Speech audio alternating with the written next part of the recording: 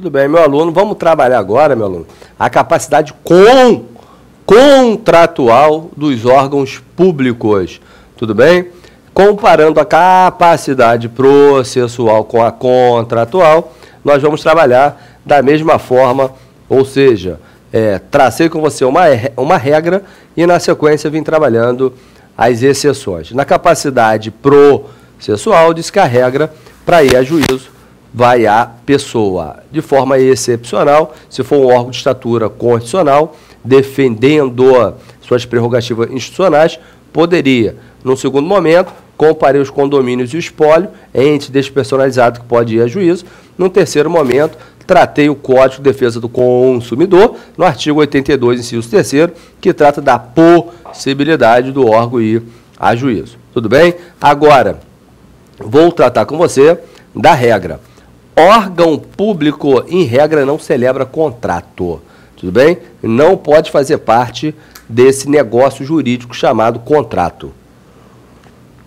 Essa é a regra. Tudo bem? Chama atenção que, no caso concreto, você vê nos contratos administrativos o nome do órgão que está ali no contrato, ou seja, a Polícia Rodoviária Federal, a Polícia Federal, a Polícia Civil.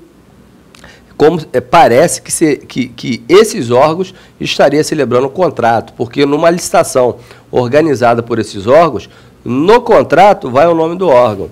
Mas é importante você saber que ali, na verdade, existe uma apresentação, ou seja, a presença da União se dá naquele contrato através daquele órgão, porque aquele órgão tem gestor, tudo bem? Ali existe um gestor público que está sofrendo aí investigações, ou seja, a palavra investigação não coube bem, né? Está sofrendo aí uma prestação de contas na sua gestão. Então, até para que você possa desenhar a cobrança, é evidente que cada órgão ele tem que aparecer a expressão ou o nome dele nos contratos para que a CGU faça o seu controle, o Tribunal de Contas faça o seu controle, mas desde já eu estou dizendo para você que, em que pese nos contratos ter o nome do órgão, quem está celebrando o contrato é a pessoa que aquele órgão apresenta. Tudo bem? Roubando aí a expressão do nosso ilustre mestre Pontes de Miranda. Tranquilo? Bem, avançando, hein? Quero chamar a atenção que quando você busca no nosso ordenamento jurídico, mormente na Constituição da República Federativa do Brasil, já no seu artigo 37, parágrafo 8º, ali surge a expressão contrato. Ali tem a expressão contrato ligado a órgão. E, de forma muito interessante, você poderia ter um órgão celebrando contrato com o próprio ente criador do órgão, ou do próprio ente que aquele órgão faz parte. Seria você fazer um contrato com o seu braço. Tudo bem? Vamos dar uma lida no dispositivo e analisá-lo. Tranquilo? Não tem como você brigar com a lei. Ou seja, a Constituição diz que órgão pode celebrar contrato. Agora, que contrato é esse? Tudo bem? Na sequência, vamos trazer uma crítica à expressão contrato, dizendo que o legislador não foi muito técnico ao mencionar a palavra contrato, uma vez que o contrato tem sido trabalhado pelo nosso ordenamento, né, pretérito, de uma forma diferente da qual foi mencionada na Constituição. Bem, mas a Constituição está aí, ela inova na ordem jurídica, é a nossa lei maior e ela traz a expressão contrato e nós não podemos desprezá-la. Vamos partir, nesse primeiro momento, para uma análise literal do contrato do órgão com o ente ao qual o órgão pertence. Tudo bem? Então já estamos tratando de uma exceção, porque a regra é contrato, é órgão não celebrar contrato. Tudo bem? Então vamos tratar do contrato de gestão. Tudo bem? 37, parágrafo 8º na tela. Vamos ler esse artigo. Vamos lá. A autonomia gerencial, orçamentária e financeira dos órgãos, tudo bem? Está ali de uma cor diferente para você, e entidades da administração direta e indireta, pode ser ampliada mediante contrato. Pode ser ampliada mediante contrato. Então, ele menciona a possibilidade da autonomia financeira, orçamentária e gerencial, É isso? Gerencial orçamentária e financeira do órgão ser ampliada mediante contrato. Tudo bem? A finalidade aqui é a aplicação do princípio de eficiência.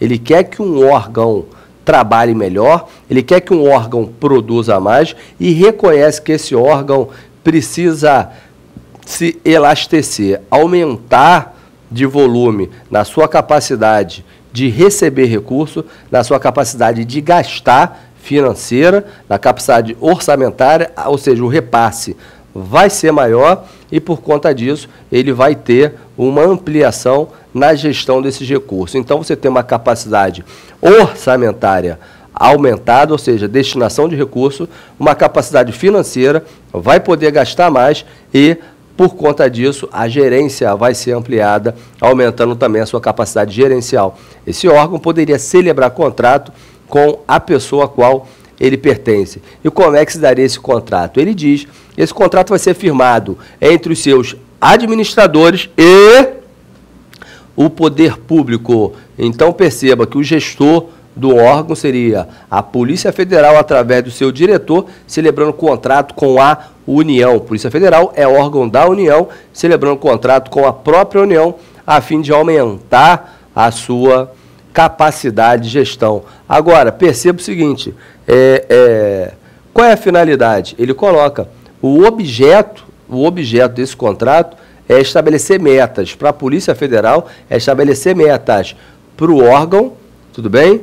E tudo isso vai estar desenhado numa lei. Ele diz assim, cabendo a lei dispor sobre. Então perceba que o dispositivo não é auto-aplicável. Tem a previsão constitucional, mas a lei vai ter que dispor sobre. O prazo de duração do contrato tem que estar em lei, tem que estar em lei os controles e critérios de avaliação de desempenho, ou seja, como é que se avalia o desempenho do órgão na celebração do contrato, os direitos, obrigações e responsabilidades dos dirigentes, uma vez que ele não tem mais aquele recurso limitado, é muito maior. Então, como é que vai se apurar essa responsabilidade e a remuneração do pessoal envolvido? Tudo bem? Então, perceba que aqui o que você tem, na verdade, é a aplicação do princípio da eficiência, aumentando aí a autonomia dos órgãos públicos através de um contrato a ser celebrado entre esse órgão e a entidade a qual ele pertence, cabendo a lei dispor sobre o prazo, as responsabilidades e a remuneração do pessoal. A finalidade é traçar metas para o órgão e cobrar se ele está cumprindo as metas diante do que lhe foi ofertado. Maior autonomia. Tudo bem? Bem, aí eu venho trabalhando com você. Se você interpretar literalmente o 37, parágrafo 8º, é possível inferir que o órgão público pode celebrar contrato com a respectiva pessoa, né? Aí eu venho tratando órgão municipal celebrando contrato com o município, órgão estadual celebrando contrato com o Estado, órgão da União celebrando contrato com a União. É isso que está desenhado ali numa primeira parte do 37, parágrafo 8º. Tudo bem? Evidente que as metas vão ser colocadas para cada um desses órgãos que celebrem contrato. Tranquilo? Bem, avançando. Aí eu coloco, observe que o 37, parágrafo 8º, fala em contratos, né? É celebrado entre entidades e pessoas, e órgãos e pessoas. Em que pese, é importante essa reflexão para que você não se traia numa prova.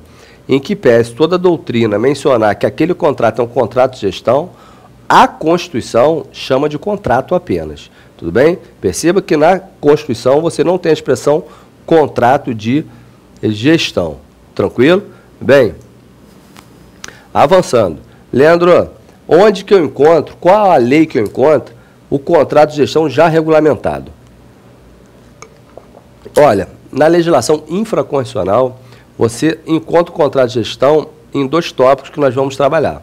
Tranquilo? Só para que o tema contrato de gestão não fique com lacunas aí para você, a gente possa trocar de tema e não mais voltar no tema contrato de gestão. Estamos estudando órgãos públicos, contrato celebrado por órgão, a possibilidade trazida pelo texto constitucional, a regra é a impossibilidade, tudo bem?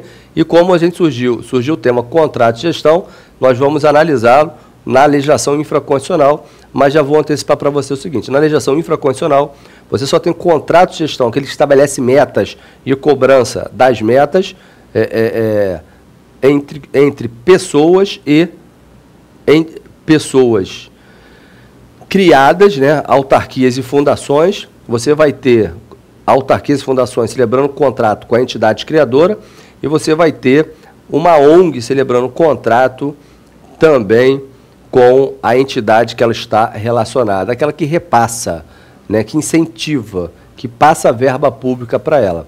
E o grande detalhe é você perceber o seguinte: o contrato de gestão, ele tem sempre uma finalidade. Traça-se uma meta, cobra-se a meta que foi traçada e se dá elementos de recurso para que essa meta seja cumprida. Isso é o contrato de gestão em todas possibilidades que você enfrentar o tema contrato de gestão. Tudo bem? Então eu trago aqui para você a Lei 9649 de 98. Essa lei, ela é do governo Fernando Henrique Cardoso. Tudo bem?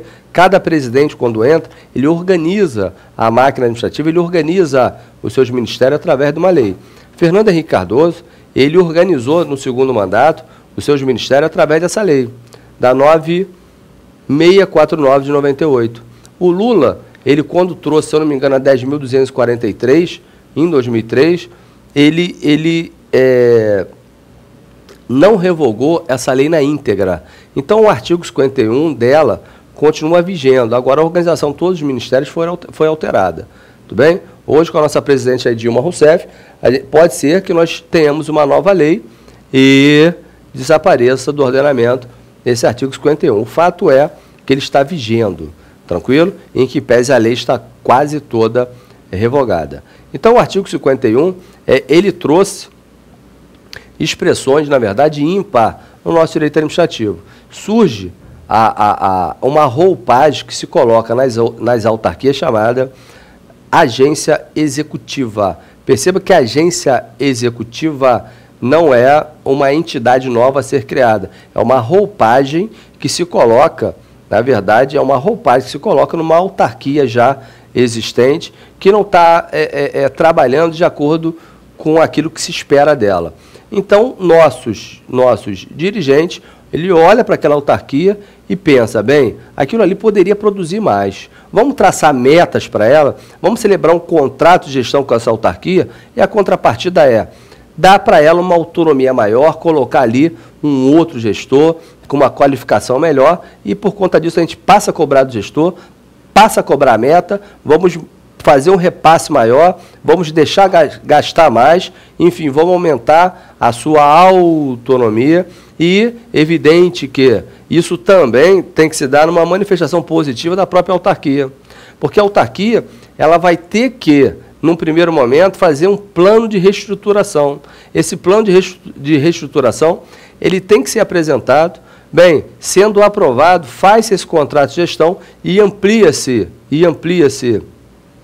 essa autonomia da autarquia. E perceba que, como não se está criando nenhuma entidade, não precisa de lei. Isso pode ser feito por decreto, porque o decreto ele tem esse condão de organizar a máquina administrativa. Tudo bem? É tranquilo? Então perceba que isso poderia dar-se por decreto. É isso que o nosso artigo 51, lá da lei trazida aí pelo nosso governo Fernando Henrique, menciona. Então, para que a gente não fique só aqui nas explanações, sem mostrar para você como é que a lei trabalha do tema, vamos ler aqui o artigo 51 da lei e a gente continua avançando. Então, o artigo 51 da lei 9649 de 98 menciona o seguinte: o Poder Executivo poderá qualificar como agência executiva. Quem pode ser agência executiva? Uma autarquia que já existe, uma fundação que já existe, desde que cumpra dois requisitos. Tem que ter um plano estratégico de reestruturação de desenvolvimento institucional em andamento, bem, e tem que ter contrato de gestão com o Ministério que faz a supervisão. Tranquilo? Então, a autarquia vai ter um contrato de gestão com a entidade criadora. A qualificação será feita por ato do Presidente da República, esse ato é um decreto, e, por fim, o parágrafo 2º diz que o Poder Executivo editará medidas de organização administrativa específica para a agência executiva, visando assegurar sua autonomia, perceba que a autonomia vai ser ampliada, bem como disponibilidade de recurso orçamentário e financeiro para o cumprimento dos objetivos e metas definidos no contrato de gestão. Tudo bem? A gente encerra aqui, na próxima aula a gente avança. Um abraço e até a próxima.